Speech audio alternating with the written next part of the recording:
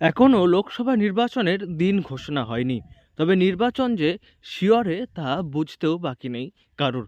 সমস্ত রাজনৈতিক দলগুলিতেই দেখা যাচ্ছে চরম প্রস্তুতি। সমস্ত শীর্ষ নেত্রীরা প্রস্তুতি নিচ্ছেন।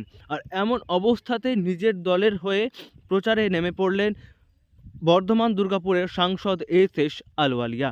তাকে নিজের দলের সমর্থনে দেওয়াল লিখনে সামিল হতে দেখা গেল। ভোটের দিনক্ষণ ঘোষণার আগেই সাংসদের দেওয়াল লিখনের এই ছবি রীতিমতো নজর কেড়েছে। উন্নয়নের নামে সবকা সাথ সবকা বিকাশ সবকা বিশ্বাস, এই যে মন্ত্রটা আমাদের মাননীয় প্রধানমন্ত্রী মোদীজি দিয়েছেন, তার দিকে অগ্রসর হচ্ছে। আর আমরা দেখব সামনের দিনে যে এই যুব সমাজের জন্য যে ভবিষ্যৎটা তৈরি হচ্ছে। কেন কি যুবকের বা যুবতীদের যদি ভবিষ্যৎ থাকে, সেই দেশই সশক্ত হতে পারে। আমরা যারা, আপনারাও আছেন যারা চাকুরিজীবী আছেন বা ব্যবসায় করেন, তারা নিজের ছেলে মেয়েদের ভবিষ্যতের জন্যই করেন। আর তাদের ভবিষ্যৎ যদি সশক্ত হয়, সুদৃঢ় হয়, সুরক্ষিত হয়, তেমনই ভারত চায়।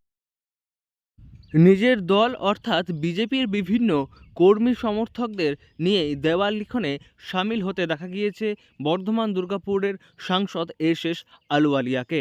তিনি পানাগড় বাজারের বাসস্ট্যান্ড এবং পানাগড় রাইস মিল সংলগ্ন এলাকায় দেওয়াল লিখন করেছেন এবং তার সঙ্গেই দলের বিভিন্ন ছোট বড় নেতানেত্রী এবং কর্মী সমর্থকরা হাজির ছিলেন এবং সেখান থেকেই তিনি নিজের কাজের খতিয়ান তুলে ধরেছেন এবং আগামী দিনে বিজেপির নেতৃত্বে দেশের কিভাবে উন্নতি সাধন সম্ভব এই বিষয়ে তিনি প্রতিক্রিয়া দিয়েছেন।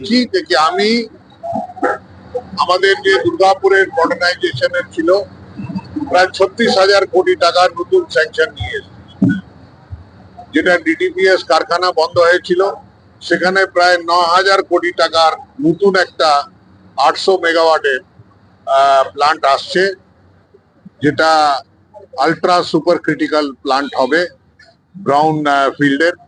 সেটা আমাদের এই এলাকার যে বিদ্যুতের অভাব আছে সেটা পূরণ করবে।